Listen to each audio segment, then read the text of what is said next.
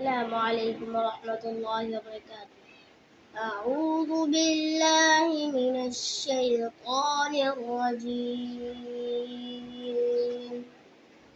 بسم الله الرحمن الرحيم. الرحمن علم القرآن خلق الإنسان علمه البيان. الشمس والقمر بحسبان والنجم والشجر يسجدان والسماء رفعها ووضع الميزان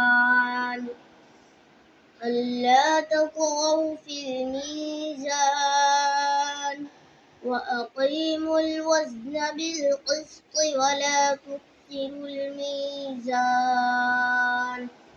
والأرض ووضعها للأنام فيها فاكهة والنخل ذات الأكمام والحب ذو العصف والريحان فبأي آلاء ربكما تكذبان صدق الله العظيم.